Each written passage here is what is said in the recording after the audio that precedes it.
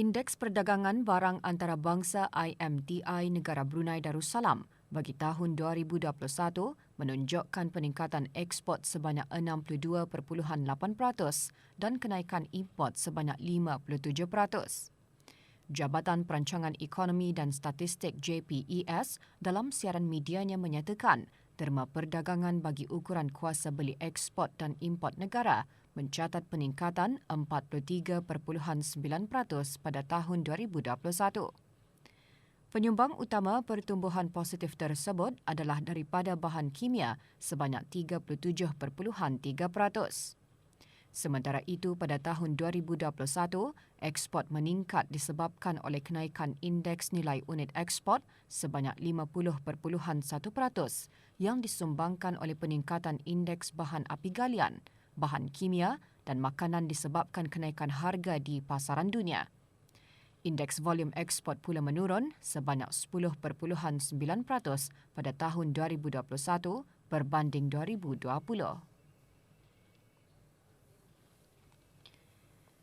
Jumlah import pada tahun 2021 pula meningkat 57% disebabkan oleh peningkatan indeks nilai unit import sebanyak 4.3%.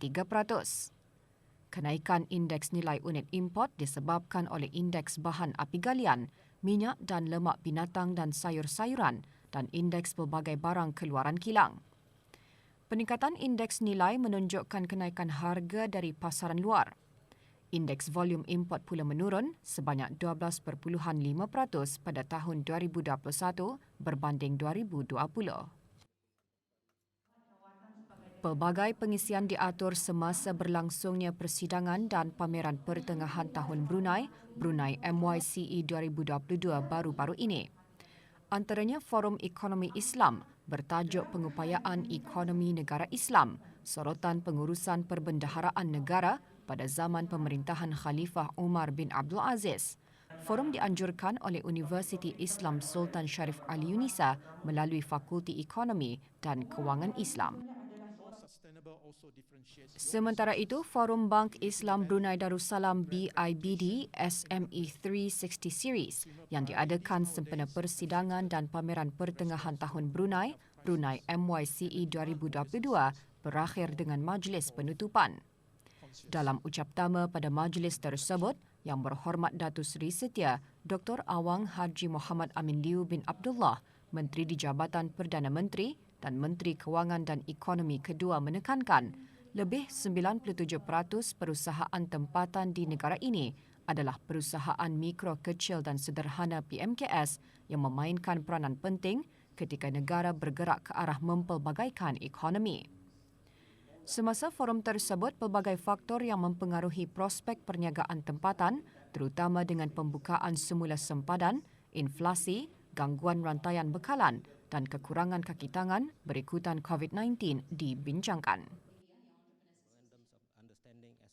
Beberapa inisiatif untuk mempelbagaikan ekonomi dilaksanakan dalam sektor seperti hiliran, makanan, pelancongan dan perkhidmatan yang dijangka dapat terus menyumbang kepada pertumbuhan sektor bukan minyak dan gas. Namun lebih banyak usaha diperlukan melalui pendekatan whole of nation sama ada sektor awam dan swasta serta sokongan seluruh lapisan rakyat di negara ini. Perkara itu antara yang disentuh semasa majlis penutupan Minggu Ekonomi sempena persidangan dan pameran Brunei MYCE 2022. Justru kerjasama lebih rapat di peringkat serantau adalah perlu bagi memastikan negara terus memanfaatkan perjanjian dua hala dan memorandum persefahaman selain perjanjian perdagangan bebas. Minggu Ekonomi ini juga diisikan dengan beberapa bengkel yang membincangkan mengenai penubuhan perniagaan dan cara memajukan perniagaan. Pada hari terakhir persidangan dan pameran pertengahan tahun Brunei MYCE 2022 diadakan persidangan antarabangsa Borneo mengenai agroteknologi BICAT 2022 anjuran Universiti Teknologi Brunei UTB. Yang Berhormat Datuk Seri Paduka Dr. Awang Haji Abdul Manaf bin Haji Matusin, Menteri Sumber-Sumber Utama dan Pelancongan, semasa majlis tersebut menyatakan penggunaan teknologi dalam sektor pertanian dan perikanan negara menunjukkan peningkatan positif sejak 5 tahun lalu.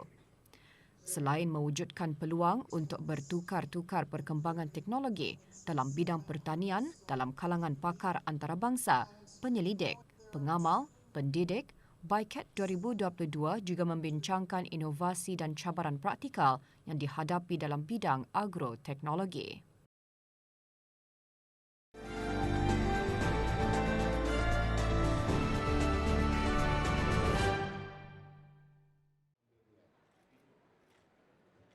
Dalam usaha membantu para syarikat dan pengusaha tempatan memperkenalkan produk perkayuan buatan masing-masing, Jabatan Perhutanan, Kementerian Sumber-Sumber Utama dan Pelancongan baru-baru ini menganjurkan Expo Produk Perkayuan Negara Brunei Darussalam. Expo adalah bersempena Hari Hutan Antarabangsa. Perasmiannya disempurnakan oleh Yang Berhormat Datuk Seri Paduka Dr. Awang Haji Abdul Manaf bin Haji Metusin, Menteri Sumber-Sumber Utama dan Pelancongan. Expo disertai oleh Jabatan Perhutanan, Otoriti Kawalan Bangunan dan Industri Pembinaan ABCI dan syarikat-syarikat pembuatan produk perkayuan tempatan. Forum Pelaburan Dialog Kerjasama Negara Brunei Darussalam dan Kesultanan Oman yang berlangsung baru-baru ini menyentuh pentingnya kerjasama dalam memastikan kejayaan pertumbuhan ekonomi dan pembangunan kedua-dua negara. Hanya dengan bekerjasama dan berganding bahu, peluang yang berpotensi akan dapat diterjemahkan kepada manfaat yang ketara dan memastikan hasil yang setara bagi semua yang terlibat. Justru sokongan berterusan Kesultanan Oman melalui kedutaannya di negara ini adalah sangat dihargai. Juga diadakan dua pembentangan oleh pengurus pelaburan kepelbagaian ekonomi pihak berkuasa pelaburan Oman dan pengurus Am Conquest Sendirian Berhad. Penggunaan dan transformasi digital dalam perusahaan mikro, kecil dan sederhana PMKS adalah penting untuk menjadikan PMKS lebih berdaya tahan dalam mengharungi cabaran COVID-19. Perkara itu disentuh semasa perasmian mesyuarat kumpulan kerja pembangunan perusahaan kecil dan sederhana BIMPIAGA SMEDWG kali ke-9. Pandemik COVID-19 telah menjejaskan rantaian bekalan global dan memerlukan BIMPIAGA mempergiatkan usaha dalam kerjasama ekonomi dalam kalangan negara ahli. Mesyuarat dihadiri wakil daripada agensi-agensi fokal pembangunan perusahaan kecil dan sederhana dari negara-negara ahli BIMPIAGA, BIMPFC dan Majlis Perniagaan BIMPIAGA, BEBC. Bermula hanya dari suduh santai keluarga dengan hiasan dalamannya tersendiri, tidak disangka ia menjadi sebuah penginapan atau homestay yang menarik. Terletak di Kampung Mata-Mata, Rahniza Homestay yang beroperasi sejak tahun lalu menawarkan pelbagai kemudahan kepada pelanggan. Menurut pengurus homestay berkenaan, kebanyakan pelanggan yang pernah menginap di homestay berkenaan adalah dari daerah Belait, daerah Tumburong, daerah Tutong dan daerah Brunei dan Muara. Harga di sini adalah ikut dibagi kepada kemudahan masing-masing lah. Ada dibagi-bagikan kemudahannya. Seperti kalau diorang menyewa bilik saja RM65 kan satu hari. Dan kalau diorang kan mau nyewa saja dapat BBQ dalam RM30 saja diorang Dan kami sediakan untuk diorang mengadakan acara-acara ni selalunya kami mencas dalam RM80 lah satu hari. Tapi kalau akhirnya diorang tu tinggal di sini adalah kami bagi promosi lagi lah. Kalau diorang menyewa atas bawah kami bagi dalam 180 lah satu hari. Di Rahniza Homestay ni kami ada juga menyediakan perkhidmatan catering. Kalau penginap sini memerlukan perkhidmatan kami boleh menyediakan lah catering.